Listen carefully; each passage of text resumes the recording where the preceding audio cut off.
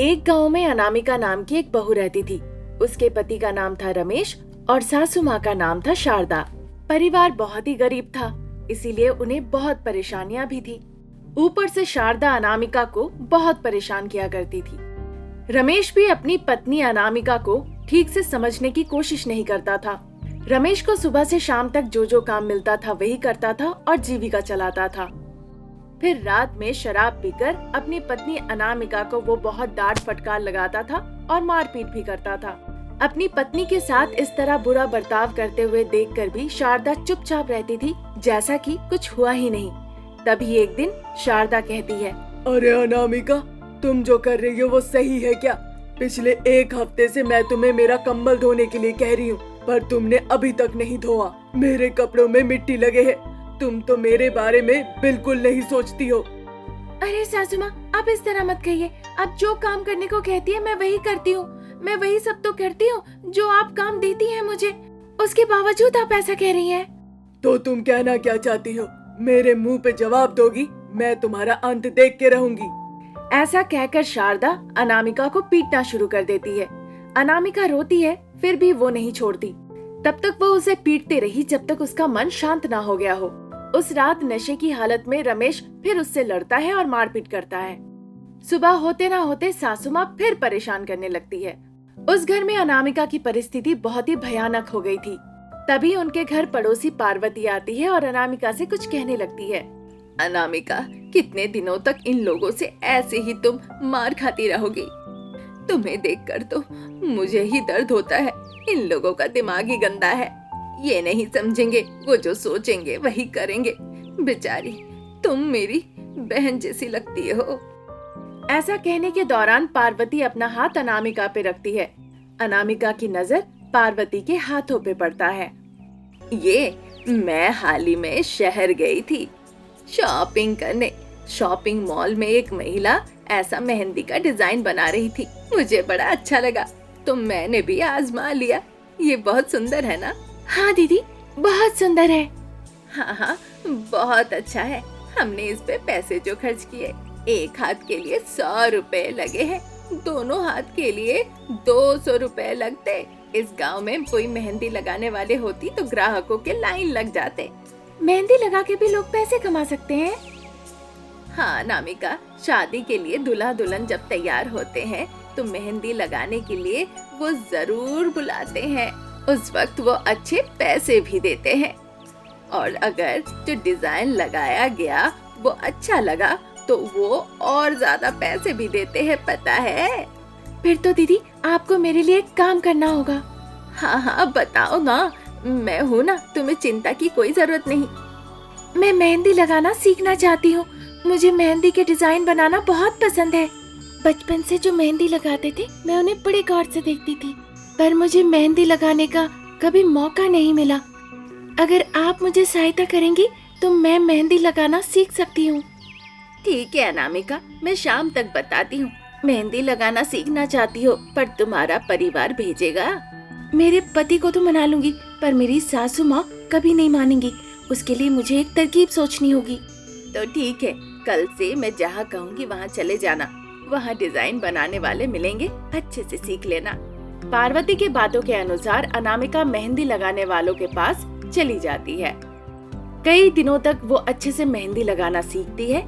फिर वो देखते ही देखते मेहंदी लगाने में माहिर हो जाती है। अब अनामिका और उसकी मेहंदी के डिजाइन ऐसे पोजीशन पे पहुंच गई कि लोग मेहंदी लगाने के लिए लाइन लगाने लगे। ऐसी परिस्थिति अनामिका की सासू माँ शारदा और पति रमेश ने देख लिया। वो चुप नहीं रहे, घिसटते हुए अनामिका को बाहर निकाला और बहुत शर्मिंदा किया। घर जाने के बाद भी वो अनामिका को बड़ी खड़ी खोटी सुनाई। अनामिका बहुत दुखी थी और बहुत रो रही थी। अगले दिन शारदा और रमेश शहर जाते हैं ये कहकर कि वहाँ उन्हें कुछ काम है। उनके जाने के बाद ही एक बहुत ही चिंताजनक घटना घटती है। अचानक एक दुर्घटना में कई ग्रामीण घायल हो गए और ये खबर टीवी में आ रही थी। खबर सुनते ही मानो अनामिका पर आसमान टूट पड़ा हो। उसी हादसे के दौरान उसकी सासू माँ शारदा और पति रमेश अपंग हो गए, पर उस परिस्थिति में अनामिका उनके साथ खड़ी रही। बेटा अनामिका, मेरा बेटा अब अपंग है। तुम्हें अपने पति का ख्याल रखना होगा। मैं मर भी जाऊं तो कोई परवाह नहीं, पर उसका ख्याल रखना। अब हम दोनों अपंग हैं, अब तुम हमारी जिम्मेदारी ले लो बेटा। हमारे पास तो ना पैसे हैं ना साधन, हालत भी बहुत नाजुक है। अनामिका, तुम हम लोगों को बचा लो। जिस तरह शारदा और रमेश अनामिका के सामने विनती कर रहे थे, अनामिका को उनपे दया आ जाती है। वो सोचने लगी, पार्वती के सुझाव से वो मेहंदी लगाना तो सीख ही रही है। मेहंदी लगाना तो उसे आता ही है। अगर वो मेहंदी का व्यापार शुरू करे तो कैसा रहेगा। परिकल्पना के अनुसार वो मेहंदी का व्यापार शुरू करती है और अपना परिवार का ख्याल रखने लगती है। कुछ ही दिनों के अंदर उसकी मेहंदी के डिजाइन सर्वश्रेष्ठ होने की वजह से उसका नाम बहुत प्रसिद्ध हो जाता है। इस बात से अनामिका भी बहुत खुश थी। जो पैसे उसने मेहंदी का व्यापार करके रोजगार किया, उससे वो अपनी सासू माँ और पति की इलाज कराती है। अब देखते ही देखते अनामिका उस परिवार की मुखिया बन गई। अनामिका अपने परिवार के साथ साथ आसपास के पड़ोसियों की भी मदद करती है और बहुत खुश होती है। शारदा और रमेश को अपनी गलतियों का एहसास होता है। वो अनामिका के साथ अच्छा व्यवहार करने लगते हैं। अनामिका को कोई दिक्कत होने नहीं देते। मेहंदी का व्यापार करके अनामिका को करोड़ों का मुनाफा होता है। तब से अनामिका जरूरतमंदों की मदद करती है और साथ ही साथ कई लोगों को आजीविका देती है। एक गांव में शारदा अनामिका सास बहू रहा करती थी। अनामिका बहुत बुद्धिमती थी। उसकी बातें सुन के ही शारदा मानो की खुश हो जाती थी। अनामिका का पति रमेश मछली का कारोबार करके पैसे कमाता था। उस गांव में रमेश मछलियां पकड़ने में माहिर था। हर कोई बस देखता ही रहता था कि कैसे वो मछलियां पकड़ा करता है। जिस दिन रमेश अपनी जाल से मछलियां पकड़ता था, उस दिन उसे ज्यादा मुनाफा होता था। तभी एक दिन, अजी आप बड़ी चतुराई से मछली पकड़ते हैं। सभी ग्रामीण इस बारे में बात कर रहे हैं। ये सुनकर बहुत खुशी हो रही है मुझे। क्या लगता है मछलियाँ पकड़ना आसान काम है? बहुत अध्ययन करना होता है और मैं उसमें माहिर हूँ। पर आपने ये रणनीति कैसे सीखी? किसने आपको सिखाया? मेरे बचपन में मछलियाँ पकड़ने के दौरान ही मेरे पिता की मृत्यु हो गई थी। तब से यही काम करता आ रहा हूँ। मैंने अपनी माँ के आंखों में आंसू देखे हैं। वो दिन देखे जब हमें खाना नहीं मिलते थे। इसीलिए मैं जो काम करता हूँ बहुत दिल से करता हूँ और इसके अलावा मुझे कुछ आता भी नहीं। पर ये काम ही अब मुझे आगे बढ़ने में मदद करेगा। बहुत खुश हुई सुन के। पर आपको पता है मुझे भी मछलियाँ पकड़ने आती है, पर तरीका बहुत अलग है। क्या तुम मछली पकड़ोगी? वो भी अलग तरीके से? बहुत हो गया, चुप रहो। वैसे भी आप मेरी बात कब सुनते हैं? जब समय आएगा तब आपको पता चलेगा मेरे टैलेंट के बारे में। जब रमेश और अनामिका आपस में बातें कर ही रहे थे, तभी शारदा वहाँ बहुत दुखी होकर आती है। अरे रमेश, बहुत ही भयानक घटना घटी है। हाय भगवान, क्या बताऊं? क्या हुआ माँ? क्या हो गया? रविंद्र और रंगा मछली पकड़ने गए थे और वहीं फंस के जान गंवा बैठे। पूरा गांव गया है देखने के लिए। क्या? अभी तो सुबह सुबह उन्होंने मुझसे बातें की, तब तो ठीक थे। ये सब कैसे हुआ? मुझे विश्वास नहीं हो रहा है। हमारा गांव का झील छोटा है क्या? आसपास के सारे झीलों में सबसे बड़ा है। उस झील में बड़ी बड़ी मछलियां हैं। आज तक जो भी उस झील में फंसा है, कोई बाहर नहीं जिंदा निकला। बेचारे रविंद्र और रंगा, वो मछलियां नहीं पकड़ पा रहे थे। गरीबी में उनका जिंदगी कट रहा था। वो जाके झील के बीचों बीच जाल फेंके। तालाब बीच से बहुत गहरी थी। बेचारे वो वहाँ पे फंस गए और अपनी जान गंवा बैठे। बहुत दुख हो रहा है सुन के। माँ दुखी मत हो, मैं जाके देखता हूँ। तुम्हें वहाँ आने की जरूरत नहीं। रमेश झील की तरफ चला जाता है। घर पे अनामिका और शारदा इस बारे में बातें करके दोनों दुखी हो रहे थे। जब शाम हो गई, रमेश जख्मी हालत में घर लौट आया। रमेश को देखकर शारदा और अनामिका बहुत चिंतित हो पड़े। क्या हो गया बेटा, तुझे चोट कैसे लगी? क्या हो गया जी? आप जब कहते तो ठीक ही थे, अब क्या हो गया? ओह, इतना सवाल मत पूछो। उस झील में लगता है रविंद्र और रंगा के साथ विनय भी गया था। झील से उसका शव निकालने गया तो वहां मुझे चोट लग गई। बेचारा विनय के परिवार को देखकर मुझे बहुत बुरा लग रहा है। अभी अभी तो पढ़ाई खत्म करके घर लौटा था। अपने पिता के साथ उस झील में गया था। बेचारा जिंदगी गवा बैठा। अजी आपको बहुत चोट लगी है, मैं दवाई लगा देती हूँ, आप तैयार हो जाइए। अनामिका रमेश के जख्मों पे दवाइयाँ लगा देती है। वो रात निकल जाता है। अगले दिन सुबह सुबह रमेश बिस्तर से उठने लायक भी नहीं था। ये देखकर शारदा और अनामिका बहुत चिंतित हो जाते हैं।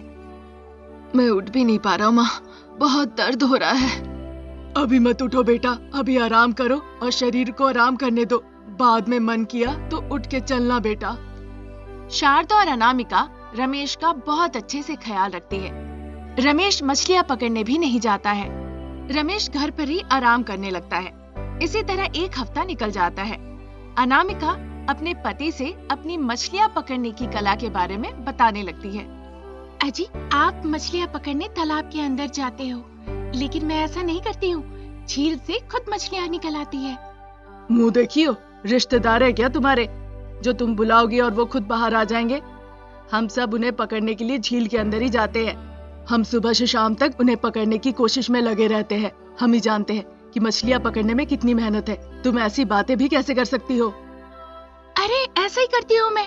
आप देखना चाहते हैं तो आज मैं और सासू माँ जा रहे हैं मछलियाँ पकड़ने।